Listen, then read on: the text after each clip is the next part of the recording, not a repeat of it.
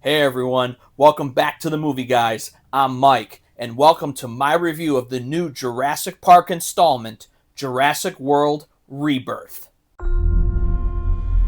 Dr. Henry Loomis, this is Zora Bennett, our mission specialist. Sorry, what mission? This would be a medical breakthrough that could save countless lives. It comes from the largest dinosaurs on the planet. Oh my God. Fortunately for us, all these species exist in one isolated place. Can you be ready tomorrow?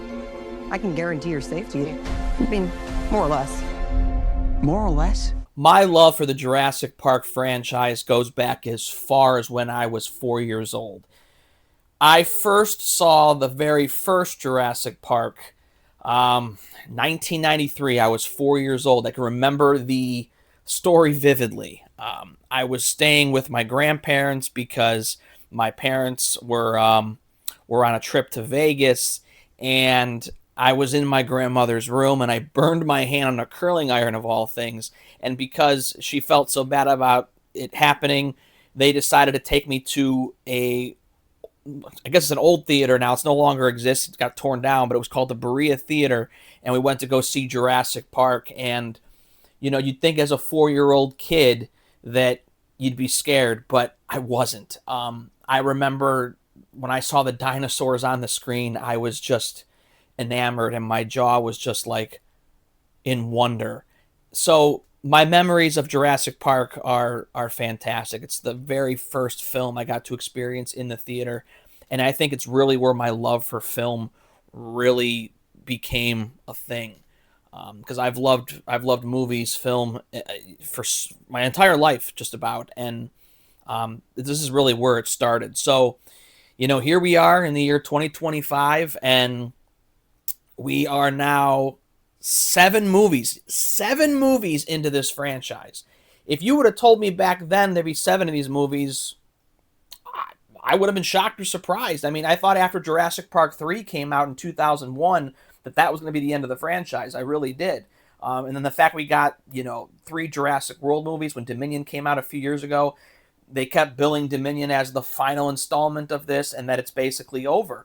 So I was very surprised when this film got announced because, especially so soon after Dominion. The tagline was the end of the Jurassic era, and I cashed in my chips. I thought Dominion was satisfactory enough to be the end of the franchise, and I was willing to say there's six damn good movies, and it's time for it to be over. So when it came out that David Kemp was going to write this film, who wrote the very first Jurassic film, that was pretty surprising to me, especially when they landed Scarlett Johansson as the lead. He's your guy? We're the best at moving things and people in and out of places they shouldn't be. Move up towards Barbados, avoid government patrol, but there aren't that many anymore. Why's that? Now, I didn't go into this film with a whole lot of expectations. I thought the trailers for it were okay. I don't think the trailers for this were mind-blowing. It looked like a run-of-the-mill typical Jurassic adventure with a high-profile actress in it. So, to me, I was like, okay, it's Jurassic Park, I'm going to go see it. But it was nothing that I was, like, on the edge of my seat anticipating this year. There were many others that I was looking forward to. So I went into this with, I'd say, low to medium expectations. My love for Jurassic made me excited for it because I always want to see what they're going to do with another Jurassic adventure. So when the movie opens, this is supposed to be, I believe, I have to look, but I think it's months or a couple years after the end of Dominion, after the dinosaurs had basically are now living on the mainland more so, and that they went through all that stuff in Dominion to get them here. But the dinosaurs now are kind of dying off based upon the air or the pollution or whatever it is. And there are some dinosaurs that are left living on the equator. And then there's this island where all of these Frankenstein-esque dinosaurs are living that were all the failed genetic experiments from InGen when they were creating the original Jurassic Park. So our team, led by Scarlett Johansson, Zora, which I want to mention, I really like the Zora character. I think the movie's only downfall is that I don't think we get enough of Zora's backstory here. If we get more of these films, I'd like to see her background invested more, maybe even connect her to something from the original Jurassic Park somehow. I'm not saying they have to do that, but it would be nice to know a little bit more of her background. We do get little bits here and there. And I like her character a lot because even though she's a mercenary and tough-nosed, she has a softer side. She has an emotional side, and we get to see that. And I really liked that. And Scarlett Johansson is a fantastic actress, so there was no question that this character was going to be was going to have layers to her. So I was happy to see that. I just want to get to know her more. So if we get more sequels, definitely make her a priority to expand her history. We also get two other really good characters, played by Jonathan Bailey, and I forget how to pronounce his name. Ali Masha. I don't even want to pronounce the last name wrong. He was the guy that was supposed to play Blade. I would call him Ali. Those two are really good characters. I liked those two. I think that they are I'm going to say they are the most enjoyable core characters since Alan Grant, Ellie Sadler, and Ian Malcolm. Don't get me wrong. I like the combination. I like the characters in Jurassic World. I just thought these characters were written more with the Jurassic original trilogy in mind, and that's where I'm going to talk about why this film really could be the true Jurassic Park 4.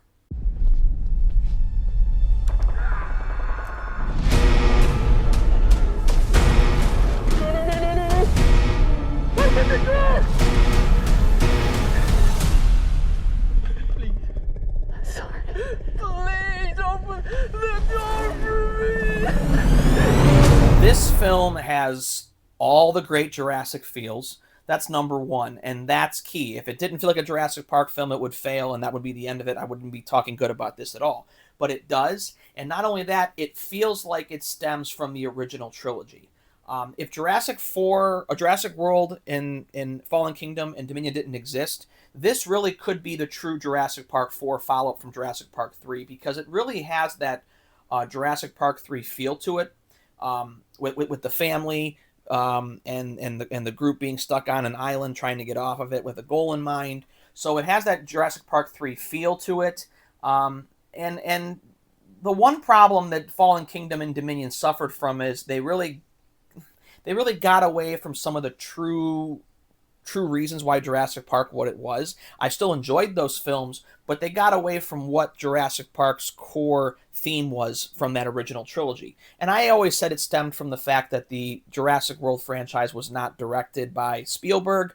1 and 2 directed by Spielberg, Lost World and Jurassic Park, Spielberg has that certain feel. And it's the same problem I had with Indiana Jones and the Dial of Destiny. With Spielberg not directing it, it lost the Spielbergy feel. But Joe Johnston in Jurassic Park 3 still kind of kept that Spielberg flair to him. But Colin Trevorrow in that Jurassic World trilogy, it didn't quite have that Spielberg touch feel to it, and that's kind of what hampered my ability to enjoy Jurassic World trilogy as much as the original trilogy. So this was a welcome feeling for this film, for it really felt like a Spielberg-esque Jurassic film. I think Gareth Edwards, who brought us Godzilla and Rogue One, I think does a fantastic job here. Really encompassing the Spielberg, the flair, the camera work, the music, the themes. I think he does a fantastic job. And probably a lot of that has to do with David Kemp's script, because, he wrote the first one, and I believe he also helped write The Lost World. So that right there made me feel good. We get great sequences on the ship when the big sea monster dinosaur they're chasing down is attacking them. We get some good we get a good family characters in this film too. The father's played by the man who plays in The Lincoln Lawyer, which he's a fantastic actor and does a great job here. And I like the family core in this film.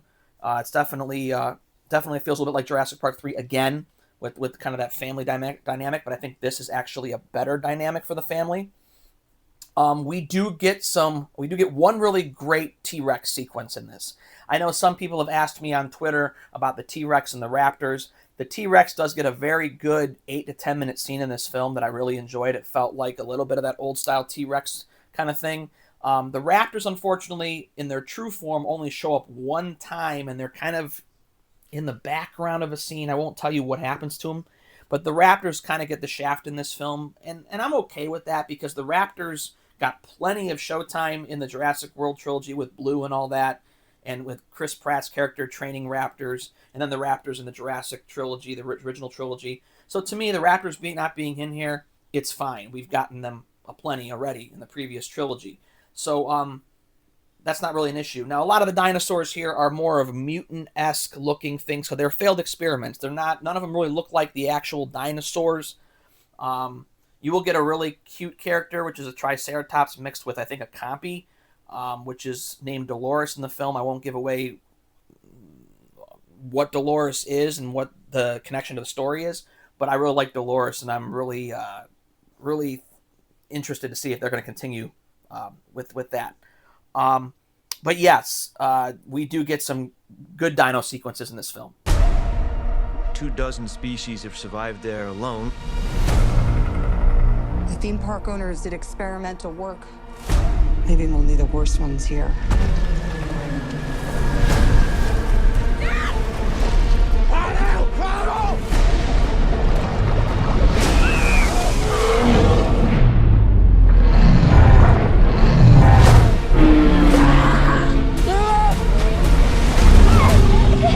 So all in all, we get some good set pieces, good characters, an interesting story, and all the Jurassic feels. So it checks off almost every single box for me for being a successful Jurassic film. The only question I guess I have is that the film doesn't really end with a whole lot of what comes next to it. So I don't know if the intention is to continue this with these characters if the film is successful at the box office. Because there's really nothing left hanging at the end. The story finishes. There is one little plot line they could run with, but it doesn't feel necessary or that they have to. So I'll be very curious to know if the franchise continues beyond this or if this is where it truly ends. It feels weird for the franchise to really end here. So I feel as though like it will continue in some way, in some capacity. I just don't know what it's going to be. But that might be a good thing. It's the unknown. We might be in for some surprises. So, yeah, overall, pretty impressed by it. So, in conclusion, I give Jurassic World Rebirth.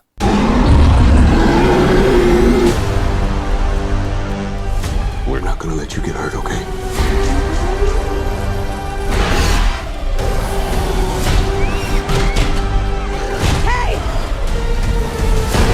Then was a source. We found it? No, it found us.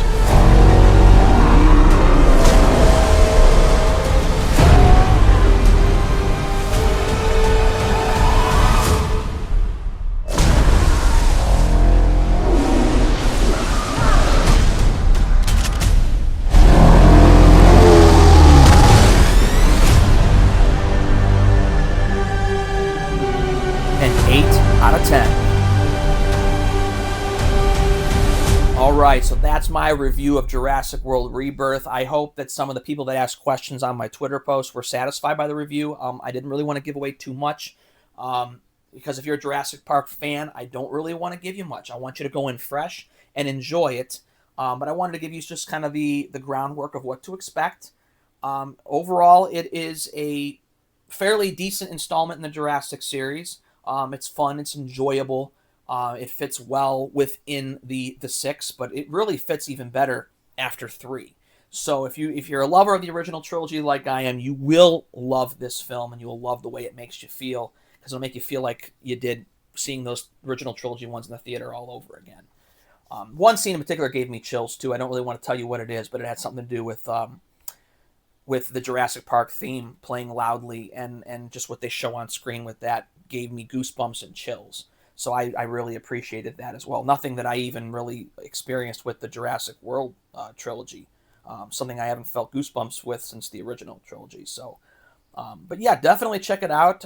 It comes out July 2nd. You can see screenings, I believe, on July 1st from early screenings. You should be able to, but the film comes out on July 2nd. And if you're a Jurassic fan, you'll enjoy it. I think some people were disappointed by what Fallen Kingdom and Dominion did. I wasn't one of those people. I enjoyed Fallen Kingdom and Dominion.